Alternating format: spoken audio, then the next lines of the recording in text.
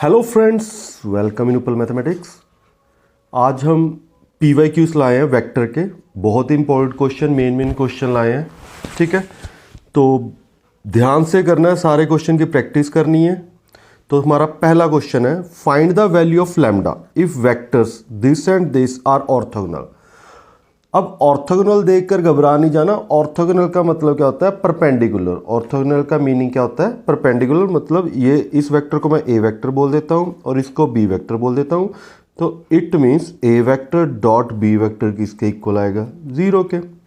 तो हमारे पास 2i vector I cap lambda J cap plus K, और इन दोनों की डॉट प्रोडक्ट हमारे पास क्या है? जीरो। तो आई डॉट आई क्या होता है? 1। तो टू रह जाएगा, minus lambda into two minus 2 lambda, और 1 into minus one minus one. तो ये क्या आ गया? Negative 2 lambda, 2 minus one is 1। तो हमारे पास आ गया negative 2 lambda equal to negative 1, cancel. तो लैम्डा की वैल्यू क्या आ गई हमारे पास? 1/2। तो ये है हमारा आंसर। बिल्कुल सिंपल क्वेश्चन, लेकिन ये एग्जाम में आया हुआ है। तो सेकंड क्वेश्चन। अब सेकंड फिर ऑर्थोगोनल वाला क्वेश्चन है, if the vector A B and C are mutually orthogonal यानी mutually perpendicular, then find the value of P and Q. अब देखो हमारे पास म्यूचुअली परपेंडिकुलर या म्यूचुअली ऑर्थोगोनल का मीनिंग क्या है? ए डॉट बी जीरो होगा, लेकिन ए डॉट बी, इसमें पी तो क्यू है नहीं, तो इसकी तो मैंने यूज़ करनी नहीं है। तो हम क्या करेंगे? ए डॉट सी जीरो और बी डॉट सी जीरो, इन दोनों को जीरो कर देंगे। पहले हम क्या करेंगे? ए डॉट सी, तो 1 इंटू पी, तो पी माइनस 1 इंटू, यहाँ भी 1 है तो -1, और 2 into Q 2q equal to 0, क्योंकि दोनों की डॉट प्रोडक्ट 0 है। तो p plus 2q equal to क्या आ गया? 1। इसी तरह b डॉट सी भी तो 0 होगा, क्योंकि म्यूचुअली ऑर्थोगोनल है, तो b डॉट सी भी 0। तो 2 इंटू पी 2p, और 4 इंटू 1 4, और q इंटू 1 q, क्योंकि यहाँ देखो 2 आई डॉट आई तो 1 होता है, जे डॉट जे 1 होता है, के डॉट के 1 होता है। तो यहाँ हमारे पास क्या आ गया? 2p plus q equal to -4।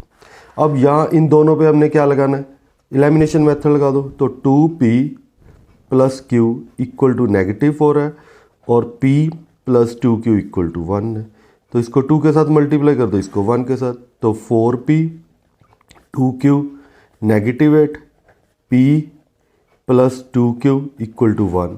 तो दोनों को सब्ट्रैक्ट कर दो, तो ये दोनों cancel. 4p minus p 3p, और -9, तो p की वैल्यू क्या आ गई? -3। 9 डिवाइड बाई 3 इज -3। अब p की वैल्यू फर्स्ट में फिल कर दो। तो फर्स्ट इक्वेशन क्या है? p प्लस 2q 1, तो p की वैल्यू क्या है? -3। -3 उधर जाके पॉजिटिव हो जाएगा 4, तो q की वैल्यू क्या आ गई? 2। तो हमारे पास p और q की वैल्यू क्या आ गई? -3 और 2। देखो दोनों ही क्वेश्चन ऑर्थोगोनल वाले थे, तो ऑर्थोगोनल देखकर घबरा नहीं जाना, ये परपेंडिकुलर ही होता है। अब थर्ड क्वेश्चन है, मैग्नीट्यूड ऑफ a 8 दिया हुआ है, मैग्नीट्यूड ऑफ b 3 दिया हुआ है, और a क्रॉस b का मैग्नीट्यूड 12 दिया हुआ है। हमने एंगल फाइंड आउट करना है।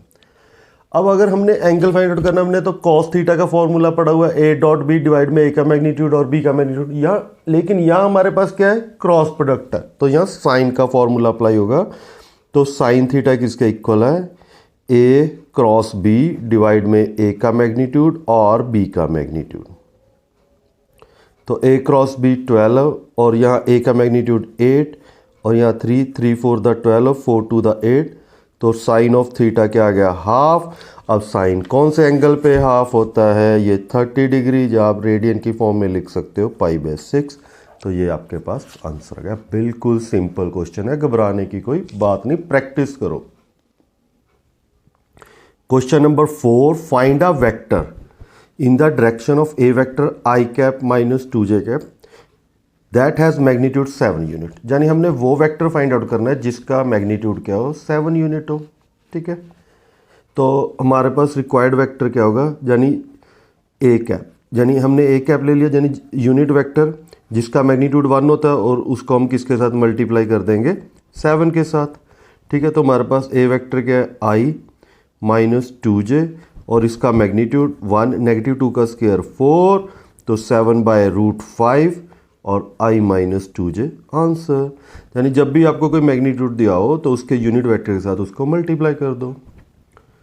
तो next question, question number 5, if a dot b equal to half of a magnitude b magnitude then the angle between a and b।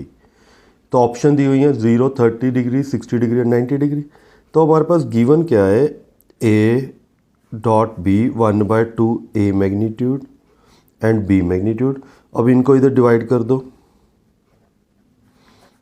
a magnitude b magnitude equal to half. अब ये किसका formula है, तो ये formula cos theta का। अब cos किस पे 1/2 होता है, किस पे होता है, 60 डिग्री पे। तो हमारा सी ऑप्शन आंसर आ गया। कितना सिंपल क्वेश्चन था, ठीक है। तो हमारा आंसर आ गया सी ऑप्शन। क्वेश्चन नंबर 6 बहुत ही बढ़िया क्वेश्चन है। हमने इसकी वैल्यू फाइंड आउट करनी है, आई डॉट जे क्रॉस के, जे डॉट के क्रॉस आई और के dot I cross J.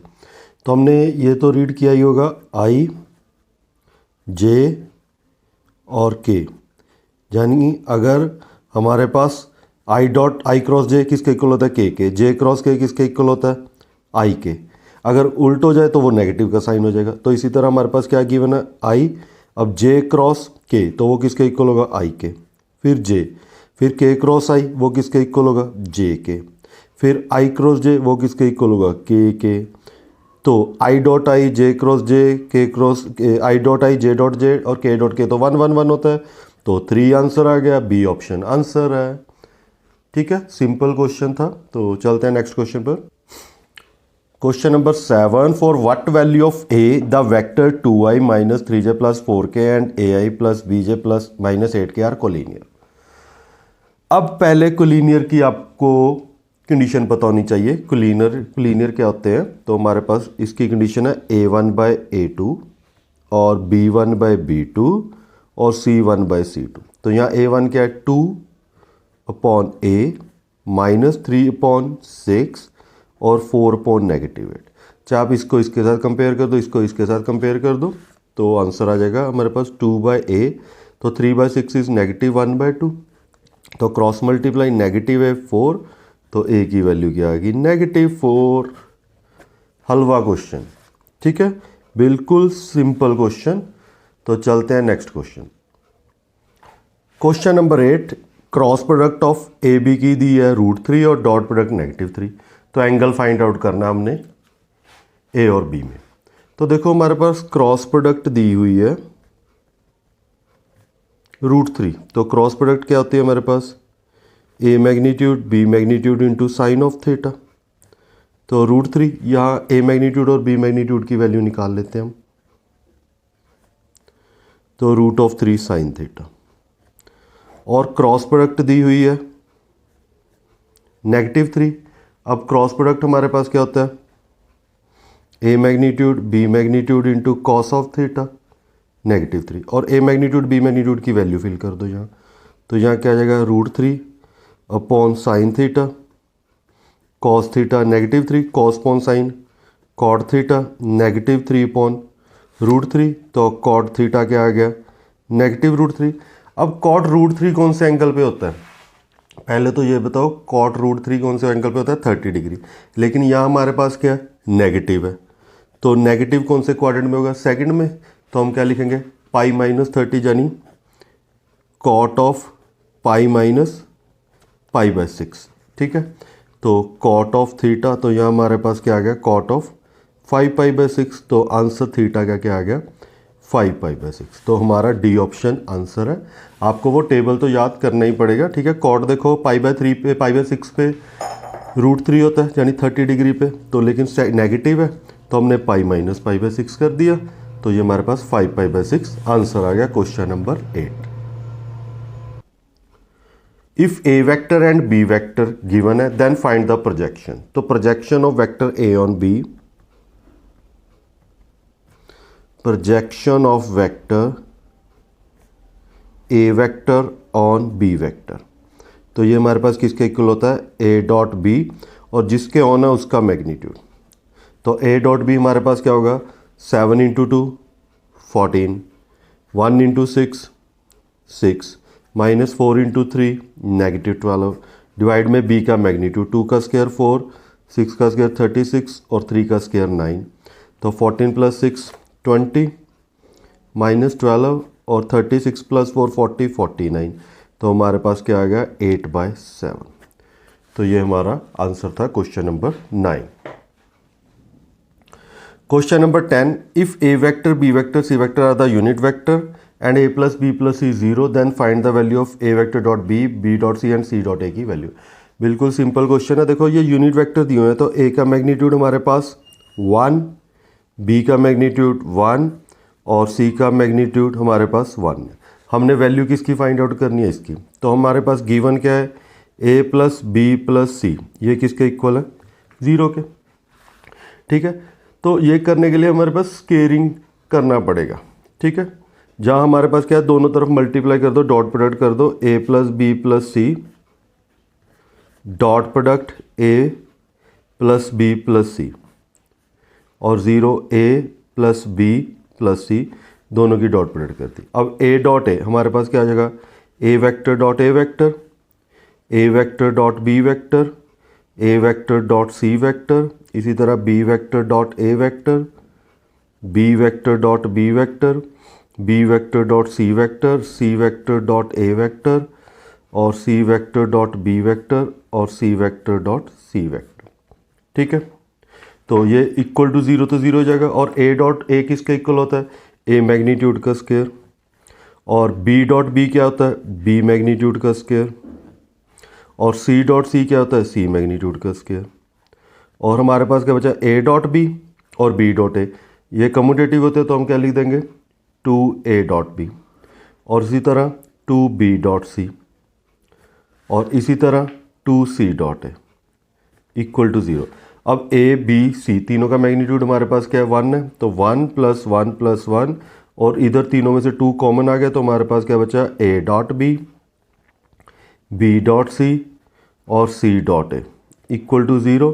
1 plus 1 plus 1 3, 3 उधर जाके क्या आ जाएगा negative a dot b, b dot c और c डॉट a नेगेटिव 3, तो हमारे पास a डॉट b और b डॉट c और c डॉट a, तो इसकी वैल्यू क्या आ गई नेगेटिव 3/2। बहुत ही बढ़िया क्वेश्चन है, एक बार प्रैक्टिस जरूर कर लो इस क्वेश्चन की। तो चलते हैं नेक्स्ट क्वेश्चन पर।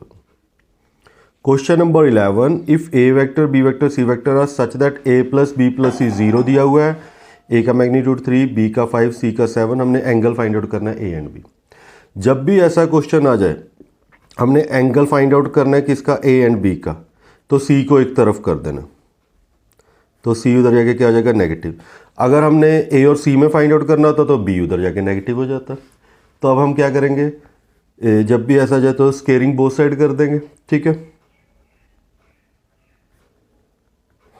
तो ये आ जाएगा a मैग्नीट्यूड b मैग्नीट्यूड का स्क्वायर और c मैग्नीट्यूड का स्क्वायर। ठीक है, अब ये आ गया a vector plus b vector और इसका स्क्वायर, ये नेगेटिव तो पॉजिटिव हो जाएगा, तो c मैग्नीट्यूड का स्क्वायर। अब इन दोनों की product a dot a dot b dot a और b डॉट b और c का मैग्नीट्यूड तो 7 दिया हुआ है, तो यहाँ क्या आ जाएगा 49। अब a डॉट a मैग्नीट्यूड का स्क्वायर, a डॉट b और b डॉट a हमारे पास क्या हो जाएगा 2a डॉट b और यहाँ क्या हो जाएगा b मैग्नीट्यूड का स्क्वायर 49।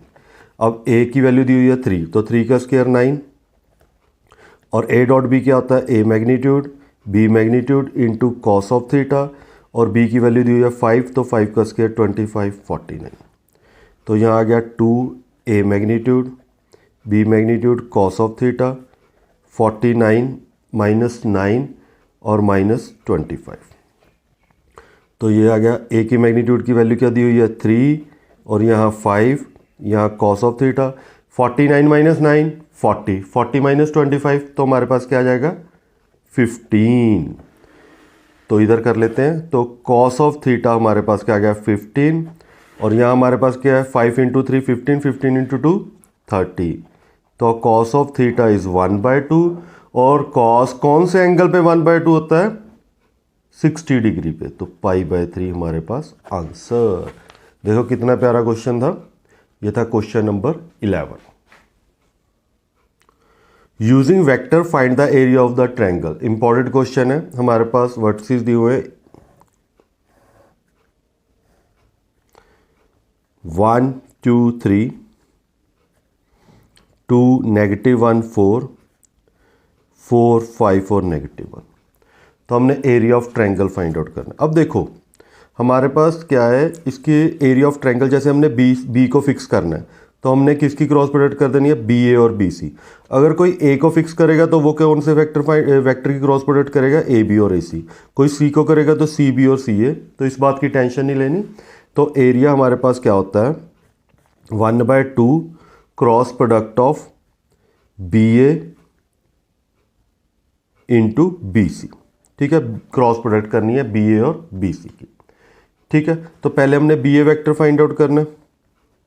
तो BA वेक्टर कैसे फाइंड आउट होगा, A में से B सब्ट्रैक्ट कर देंगे, A में से B सब्ट्रैक्ट कर देंगे तो 1 - 2 -1 आई, 2 ये नेगेटिव है तो 2 क्या हो जाएगा 3, तो 3J और 3 - 4 -K। ठीक है, तो ये आ जाएगा हमारे पास BA वेक्टर। अब BC फाइंड आउट करना है, तो 4 - 1 3।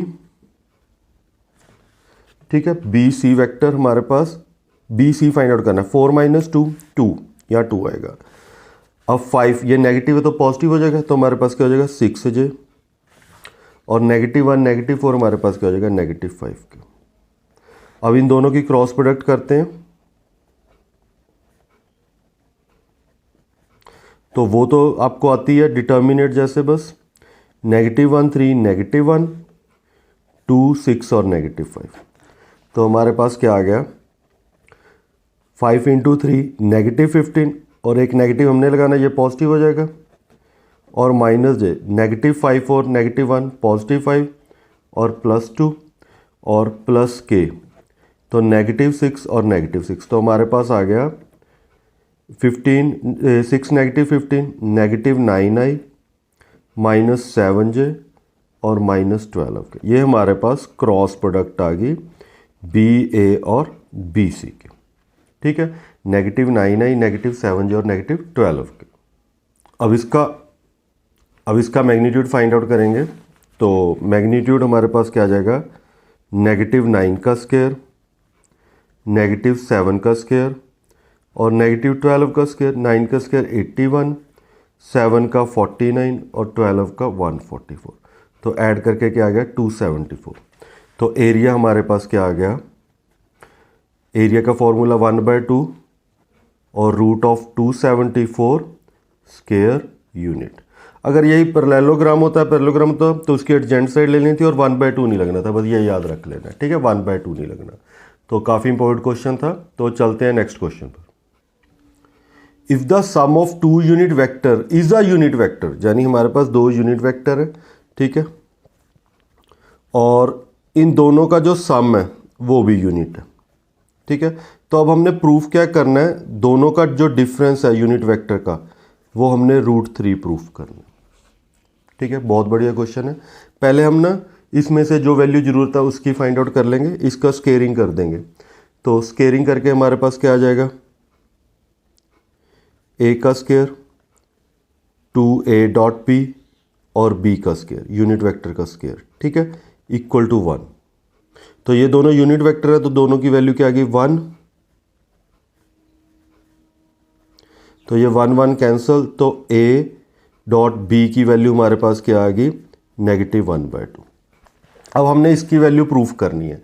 तो प्रूफ करने के लिए हमारे पास यहाँ भी हमने क्या कर देना, स्केयर कर देना। तो यहाँ हमारे पास क्या आ जाएगा A - B और A - B दोनों की मल्टीप्लाई, तो वही आ जाएगा A का स्क्वायर -2A.B और +B का स्क्वायर। तो इसकी वैल्यू क्या है 1 है। ठीक है, और ये नेगेटिव, इसकी वैल्यू हमने ये फाइंड आउट की है -1/2 और ये 1। तो ये 2 2 कैंसिल, तो ये क्या आ जाएगा 1, नेगेटिव नेगेटिव पॉजिटिव प्लस। तो हमारे पास दोनों का डिफरेंस जो आ गया हमारे पास वो क्या आ गया √3। तो यही तो हमने फाइंड आउट करना था। ठीक है, तो ये था हमारा क्वेश्चन नंबर 13। तो यहाँ हमारे PYQs लास्ट क्वेश्चन था 13। तो इस वीडियो में हमने वेक्टर के इम्पोर्टेंट क्वेश्चन जो कि आप प्रैक्टिस करते हैं और इसके जो सेम क्वेश्चन है उनकी प्रैक्टिस कर लीजिए। ठीक है, जो इसके जैसे क्वेश्चन आपको बुक में कोई भी बुक पढ़ रहे हो तो उसको आप ज़रूर रीड कीजिए और ये PY को एक बार चेक कर लीजिए, रीड कर लीजिए, एक बार सॉल्व करके देख लीजिए। तो अगर आपको वीडियो अच्छी लगे तो चैनल को सब्सक्राइब करें और वीडियो को लाइक करें। Thanks for watching and subscribe the channel.